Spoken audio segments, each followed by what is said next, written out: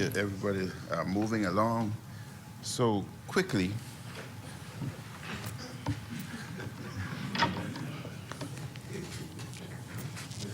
Madam Speaker, before I start, I want to state that once you're out, you're out. Once ago, I used to sit in a chair with armrests. And now, Madam Speaker, if I want to rest my arm, I have to rest it on the back. And as I looked in here, there are only two, myself and the member for Nassau Village. Now, I'm a little older, so he don't have such challenge. So, Madam Speaker, at least I'm out. But can I have a chair back and armrest? You don't have to punish me that much. And Madam Speaker, last week they had Youth in Parliament, and I watched segments of it. I was very impressed with the young people. I thought they did an excellent job. They were very focused. And what I saw was future leaders. I was also more impressed with the young lady who sat in this chair. She had armrest at that time. Miss Shelby Bowe, who represented Galani. I thought Ms. Bowe did an excellent job, and I only want to say to her that I was impressed, and she has a bright future in politics. And once, Long Island, and once she continue in that manner and in that light, I'm certain that she will be one of our future leaders as we move forward.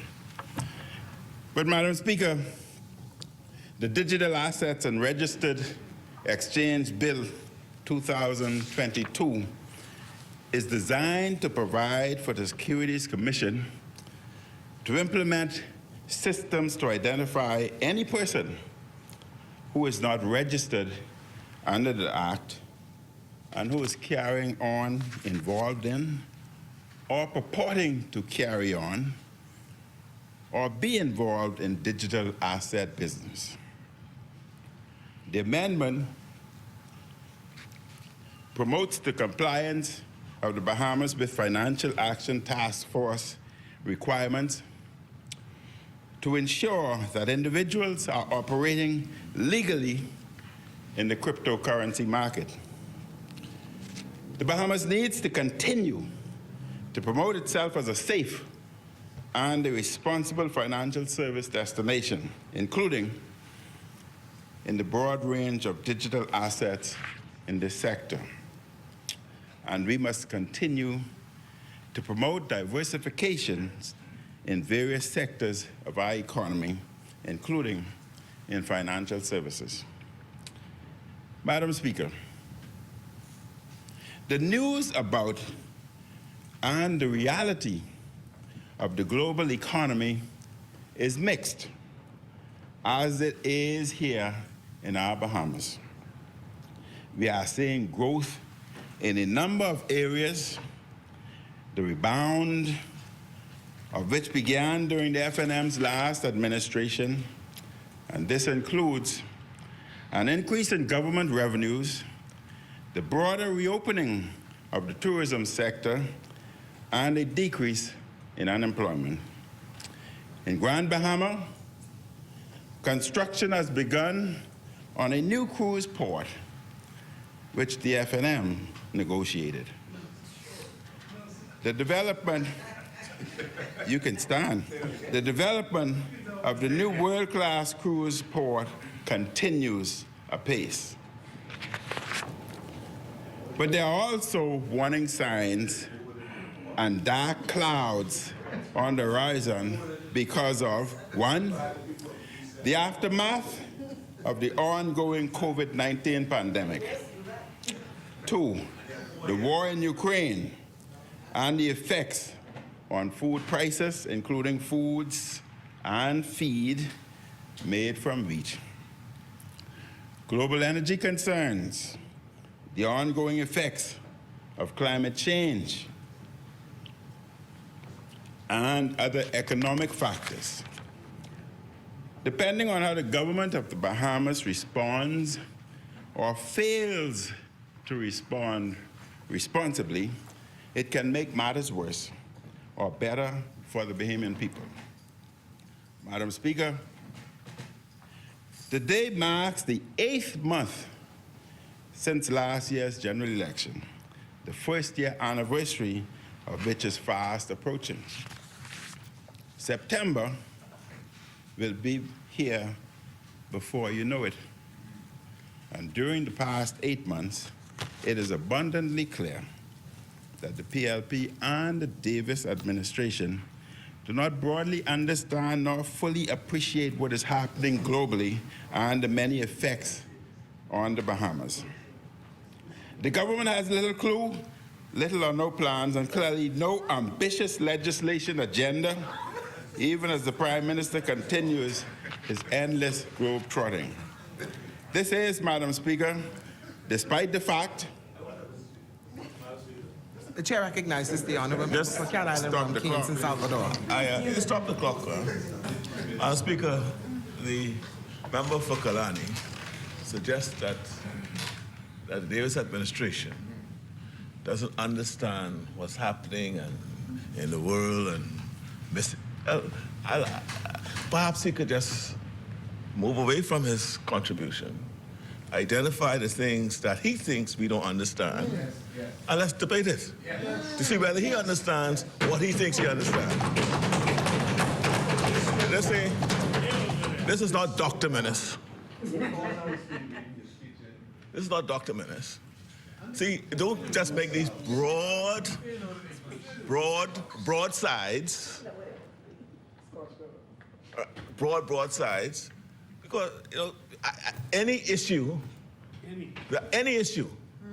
that you think is impacting us, that you don't think we know about, I know about, or we are not addressing, let's debate it. You come up and say, well, there's climate change. He understand that. He knows what's going on. And let's start talking about that. Let's say, tell me what of climate change, for example. Let's talk about inflation. And let's come tell me. You don't just come and broadside and say, anything, he know this, he know that. Let's tell me what I don't know, that you know, and let's see who knows what. Thank you, Speaker. Thank you, Honourable Member. The chair Madam recognizes Speaker, the Honourable Member for Kalani. not to be deterred, I'm happy the member brought that up, because as he listens, he would see what I'm talking about, as opposed to me getting in a back-to-back argument. This is despite the fact that they claimed prior to coming to office that they had a vision, plans, and ideas for economic recovery. It is now clear that their plan was to try to take credit for an economic recovery that already began on the FNM's watch.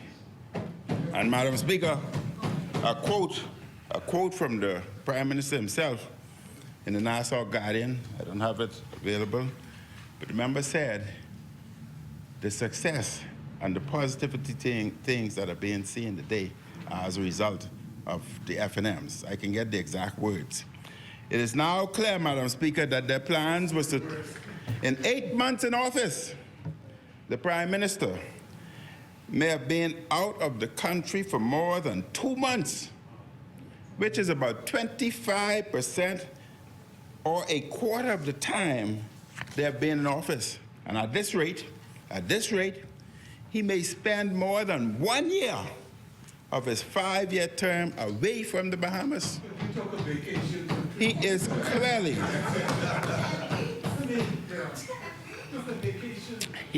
clearly more interested in and comfortable in traveling than he is in governing. Madam Speaker, as legislators and political leaders, we have the responsibility of making laws and implementing programs to improve the quality of life and to meet the needs of the Bahamian people. That is why the FNM developed the largest feeding program in Bahamian history during the global pandemic. I remind the House, Madam Speaker, that the Prime Minister viciously and repeatedly attacked various elements of the program in the House. When we were in office, the PLP opposed us just for opposing sake. And The chair recognizes the honourable member for Challenge. Madam Speaker, on a point of order, a report has been tabled which, based on a technical report which directly contradicts what the honourable member has stated. But I just want to refer the member, and these are the rules. This is why I call it a point of order. It says, members, as a general rule, shall not read their speech. I mean, that's the rules of the House. Yes, it is. But the second point is that the honourable member for Kalani would have made an assertion which I don't know whether the honourable member missed the tabling of the report, or perhaps may not have had an opportunity to read the report, and therefore the member may wish to reserve that portion of his written speech until he would have had an opportunity to read the report. Thank you, honourable member. Thank you very much, Professor.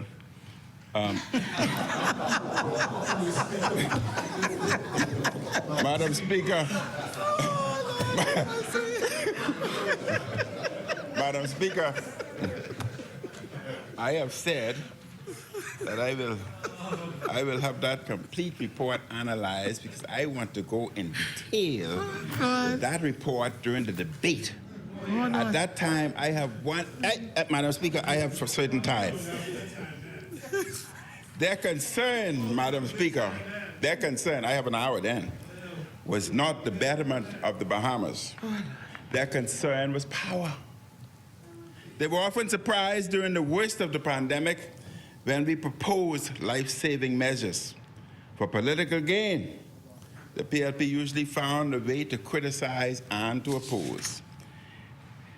It is unhealthy for democracy when politicians put constant political benefits above the basic needs of a people. But that is the way of the now governing party. I have taken a different view. If the governing side proposes policies or legislation to advance the country or its institutions, I support it, Professor. I support the bill before us to strengthen the regulatory regime regarding digital assets and digital assets providers. I supported the recent legislation on carbon trading and will support other measures related to the global climate emergency. It is important for our country to always be known as a responsible jurisdiction in which to do business. Regulators or industry partners often proposes bills such as this to bolster oversight regimes. My concern with this administration is that too often, when we come to the House, we mostly debate minor amendments and bills. The PLP does not come here to make significant changes to the laws to improve the lives of the Bahamians. There is a clear and simple reason for this. They have no real legislative agenda. The new day they promised is the same old day we have seen from them before. It is their old and tested formula of governance. First, they promise the people things they cannot deliver. Once in power, they quickly give jobs and contracts to supporters and others they may simply want to get on their side. And their organization long ago abandoned the idea of being progressive. They are so focused on getting all of their people straight that the PLP spends little time governing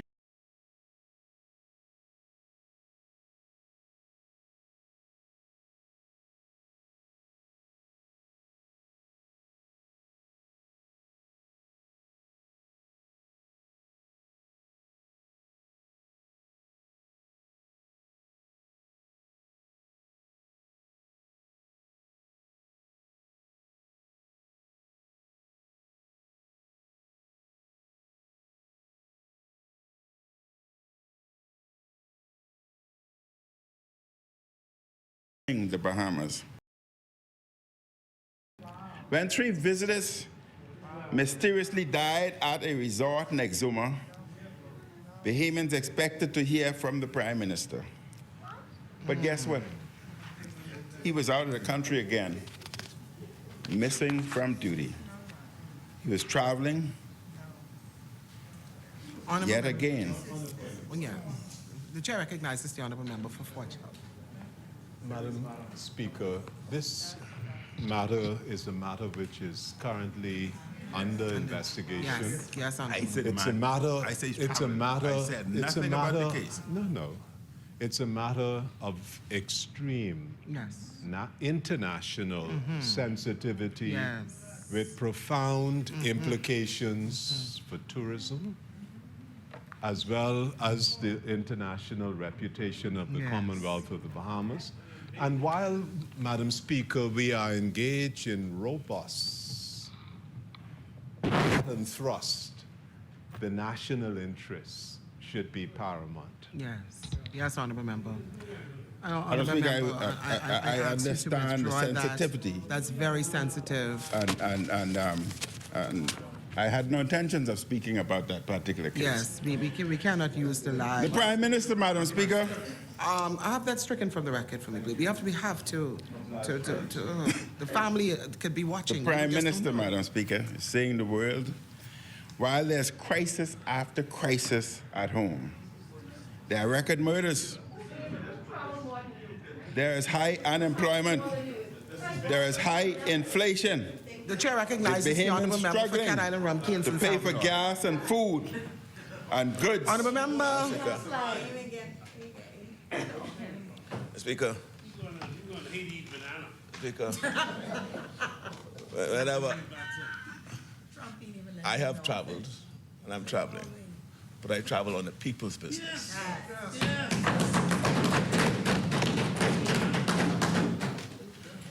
And I'm happy to report that the standing of this country as a result of my travel has been reset. They didn't know the Bahamas anymore. And I don't want to speak to some of the embarrassing encounters. Yeah, don't tell them what they tell. We saw some of All right, some of the embarrassing encounters. All right, but I can safely say that when I travel on the people's business. That's right. Seeing the world, I've seen the world. I just reach. I've been there and done that. I don't need. I was doing that long before I was here. So to get to this, to get this to this pure to talk about travel, we travel in the people's business, and you see, he's the very one who just was criticizing or broadsiding about I don't know what's going on in the world to be able to address what's happening here. Well, you know, I could safely say that he didn't understand what's in the world. When he traveled, he's talking about how corrupt the country was. Remember? He didn't go over there to talk about how we fit into the geopolitical affairs of this world and how we could benefit and how we could stand up to the world to ensure that what's for us is for us. And what we need to get, we ought to get. And to let the world know the state of our vulnerabilities and the responsibility that the world have to respond to those vulnerabilities. Yes. Speaker, we ain't gonna do that sitting down in my chair here. Right? And wherever I go, be in touch. And I understand this world. So to suggest that I'm traveling because I want to see the world or I'm wanting, I saw the world a long time. Right? There's no place in this world. You can find something else to say, man? You won't travel because you couldn't speak to people. You were afraid. Right? You didn't have the confidence in yourself to talk to world leaders. And to talk to people and put the case for the Bahamian people. Very difficult for the pot to be calling the kettle black. So may I proceed? That's what we're going to do right now. Madam Speaker, there are such things as deflection. And I won't be deflected, not today. There are matters that concern the Bahamian people. Record murders, high unemployment, high inflation, with Bahamians struggling to pay for gas and food and goods just to survive. And when they look for their Prime Minister for help and guidance, all too often, they can't find him. Like I said, you're traveling. And like some say, you can't find Johnny Roker in town. Jerry Roker. But they may change that, you know. You're right. Yeah, you're right. They may change it from Jerry Roker. They may change it now to Brave Davis in town. They may now change it to Brave Davis. Sadly, in a time, Madam Speaker, of multiple crises, we have unfocused leader. And the Deputy Prime Minister sees it all too well. He's no longer calling the government the Davis administration anymore. He's calling it the Davis-Cooper administration. And this is very telling. It's quite revealing. And I want to ask, where did the member for Ragged Island starting to make his move? I don't know. He sees that the man who is supposed to be in the chair does not want to stay at his desk in the country and do his work. You know, Madam Speaker, when I was in office, I regularly went to OPM, even on the weekend, to catch up on work. If I travel, I spend extra time at night to catch up. Being Prime Minister is a 24/7 job. I guess one can't blame the deputy for assuming as much authority as possible. Someone has to govern the country, or at least being seen to govern. If the man with the post just wants to travel, then guess what? Somebody has to do it. I am hearing many rumblings, Madam Speaker, coming out of Cabinet, and it's getting very, very louder. The Bahamian people want us in this place to also debate more meaningful legislation to uplift them in hard times. Bills such as this to upgrade the regulations surrounding digital assets are necessary, but they will not lower the cost of food or the cost of gas. It is important to promote and help out our new industries with the hope that they grow in time. However, the mother from Baintown can't buy food to feed her family. The father from Angliston doesn't have enough money to fill his car with gas to get to work.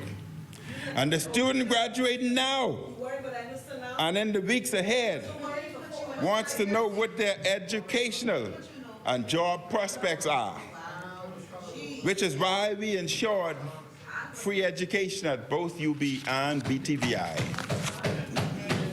Bahamians, young and middle-aged and seniors, are not hearing any solutions from the New Day government for their everyday anxieties and problems.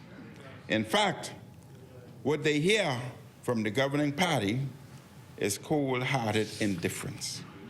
The media keep asking, the media, Madam Speaker, keeps asking the Minister of Economic Affairs what the government intends to do to combat out-of-control inflation. And the minister seems oblivious. He gives technical and emotionless answers, like he is in an economics class.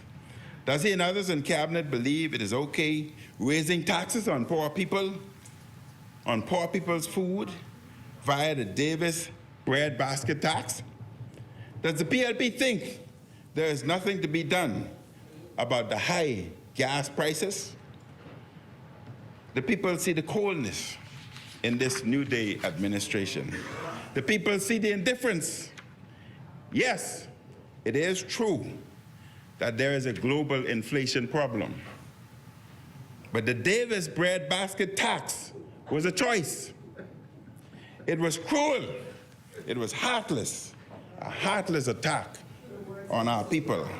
And this administration could remove the Davis breadbasket tax if it chose to. This administration could cut the gas taxes. The governing side has chosen not to help the people in these ways. Instead, they've increased real property tax, in some instances, 4 times what it was before. Increased the tax on the middle class, while decreasing taxes on caviar and champagne. Those in the PLP have their big salaries, the fancy cars, and since coming to office 8 months ago, they have become accustomed to good life. They cannot connect with the struggles of ordinary people. Bahamians should take note. Our people have struggles, and those who govern them are living good. Madam Speaker, and I will adopt and sign the article at the end of my speech. A recent editorial in the Nassau Guardian described the state of affairs in the country. The editorial, which I wish to adopt, stated, I quote, "It is a sad reality in New Providence that many of the most vulnerable are the least able to protect themselves from the more dangerous pitfalls of life. Young children often walk to school through gang zones that vary from street to street in many inner city communities where gunfire can be a regular occurrence. Many of these same students find themselves," I'm quoting, "of which I adopt." The chair recognizes the honourable member for Fort Charlotte. Madam Speaker. Oh, again. Carry on, Professor. The honourable member did in fact say he will adopt this editorial, but the rules require, Madam Speaker, it says here, and such are relevant to the business under debate. Yes. In other words, Madam Speaker, when you choose to quote, it must be relevant to the debate, and you must adopt it. That's what it says. It says every member Members willing to speak. A member may read extract from books, journals, papers, and documents, and may refresh his memory from notes. But he shall not quote from newspapers unless he adopts such quote as his own words, and such are relevant to the business under debate. The business under debate, as I understand it, Madam Speaker, is the Digital Asset and Registered Exchange Amendment Bill and also the Financial Transaction Reporting Amendment Bill. That is What correct. does this quote? If you allow me. No, I'm talking about the quote that you just quoted. If you allow me. It's not relevant. If you will sit And on down, the basis Professor, of and allow relevance, me. Madam Speaker, I would move that it be struck from the record. Madam Speaker. The chair recognizes the honourable member for St. Anne's. We've heard today from members on both sides, more so on the governing side, a number of matters that aren't relevant to today's debate. Is the honorable member from Fort Charlotte now requesting that his member statements also be redacted and withdrawn?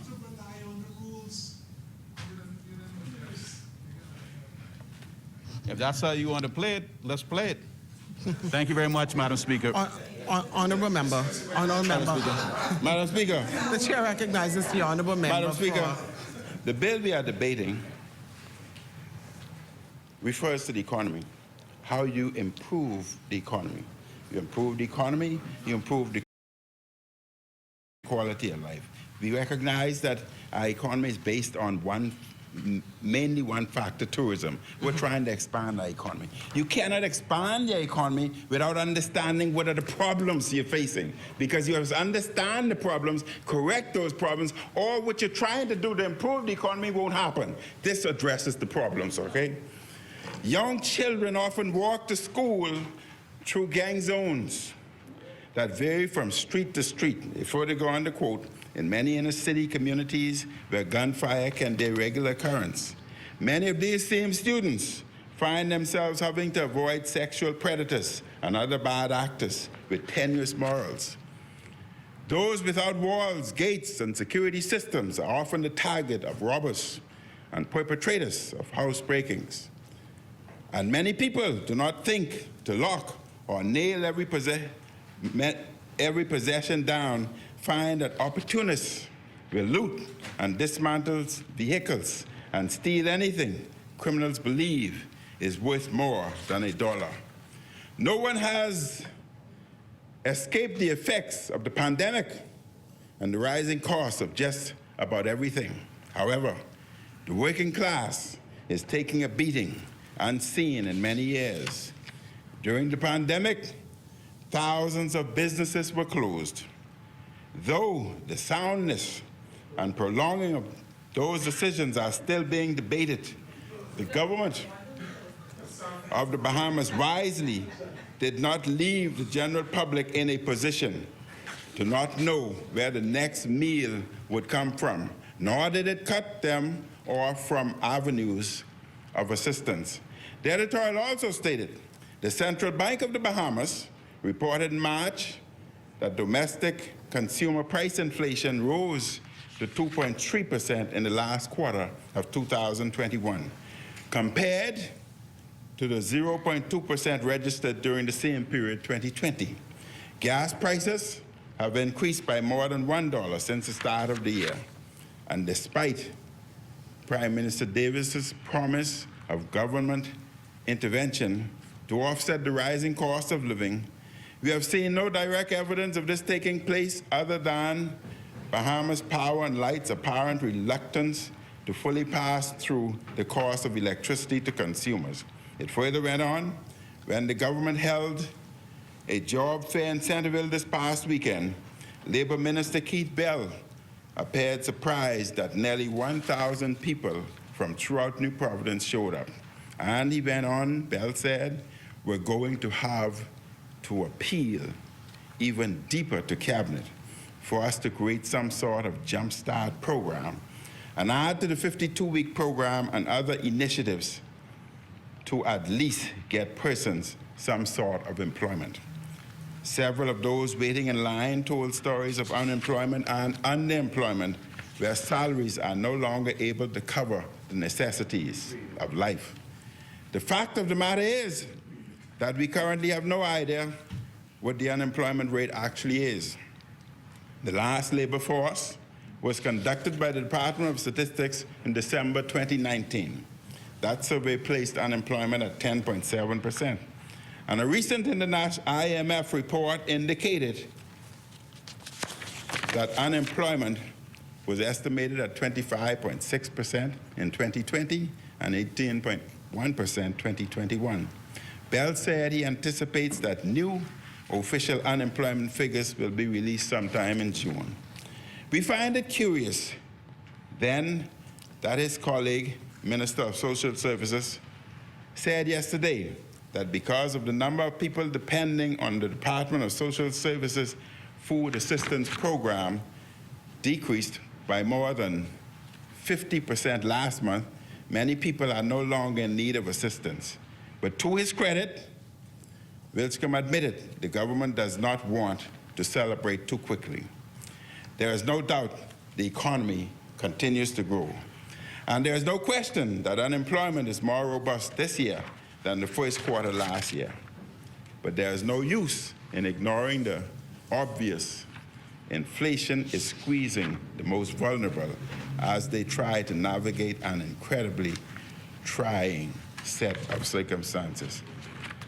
Madam Speaker, today we are talking about regulating digital assets.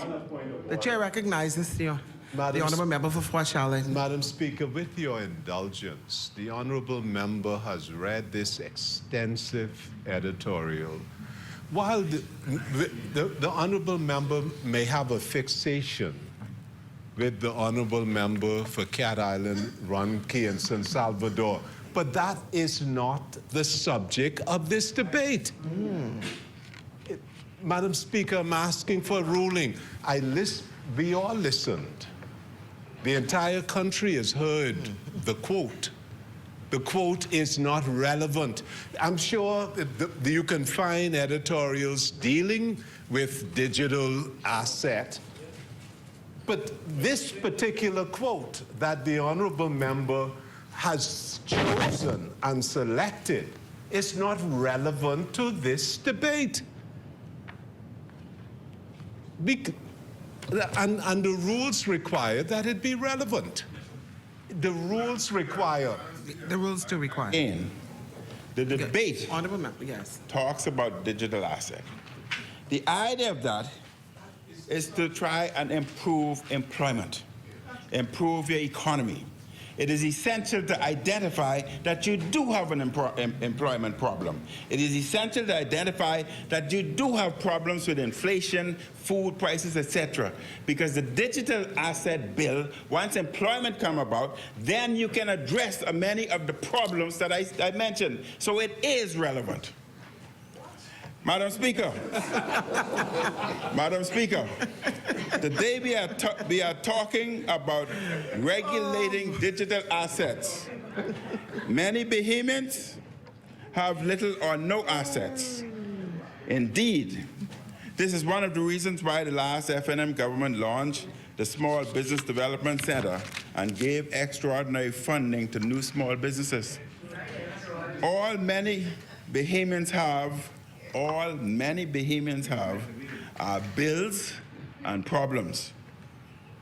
Yet their Prime Minister has the inclination to travel with his big crew all over. Madam Speaker,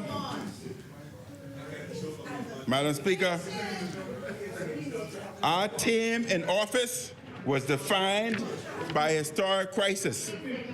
We had Irma, then Dorian, and then 6 months later, the pandemic. This term in office has significant difficulties too. The inflation problem is not a problem going away. The war in Ukraine has made things worse. We do not know how long this brutal war that is costing so many lives would last. And the government needs to focus. The government needs well-reasoned policies. The Bahamian people have not seen either. I see the governing party is now all into having carnival and partying in an ongoing pandemic. Let us not forget the many millions of previous PLP governments spent on carnival.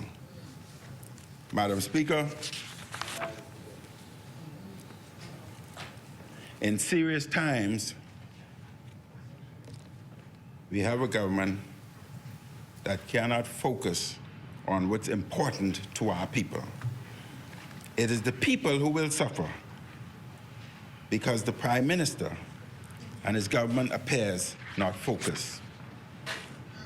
Madam Speaker, we must be focused on the problems that the people are facing today. the high cost of living, high cost of fuel, unemployment, and especially the poor people. They are the most vulnerable. I thank you, Madam Speaker. But before I close, I want to use my last 30 seconds. I would like the Minister of Health to point out a matter that's very important, and I don't think the Bahamian populace is appreciating the magnitude of this issue. COVID is here, and COVID is here to stay. We must use all resources to minimize the impact of COVID. But, Madam Speaker, what I'm concerned about is the post-COVID or long hauler syndrome, especially in the kids. It is stated by studies that up to 12 to 15%, and some studies state more, of our young kids may develop what they call the post-COVID or long hauler syndrome. What this does, Madam Speaker, individuals lose the ability to think. They become very tired. They suffer from anxiety, sleepiness, lethargy, and as a result, they cannot function or perform adequately in school. Their performance subsequently decreases. And as you speak to the pediatricians, they're seeing a lot of it. And it must be addressed, Madam Speaker, if you'd give me another minute, because this is important for the nation to hear. This is not political. This is not political. This is a serious matter. And we must address it as a multidisciplinary matter. Because many of the young kids coming in, because they were so accustomed to dealing with the computer, now they're going into classes to deal with individuals. There's a disconnect. They're finding great difficulty, and it's causing a series of psychological disturbances. The pediatricians would tell you it's a serious matter and it has to be dealt with. It's also seen in the adults, and the incidence is higher in the adults, causing the same problem. As a result of that, individuals cannot concentrate. They cannot perform. They're tired, lifeless, and as a result, they cannot perform in the job, and they subsequently stay away from the job, or they're fired, they're sent home, etc. Madam Speaker, I think we need to talk more in this country about the long haulers or post-COVID syndrome that we're seeing both in the adults and the kids. And the major first world countries are setting up multidisciplinary centers to deal with it, because it's a serious matter. And if we don't, we're going to lose a generation. Thank you, Madam Speaker. Thank you, Honorable Member Asmini.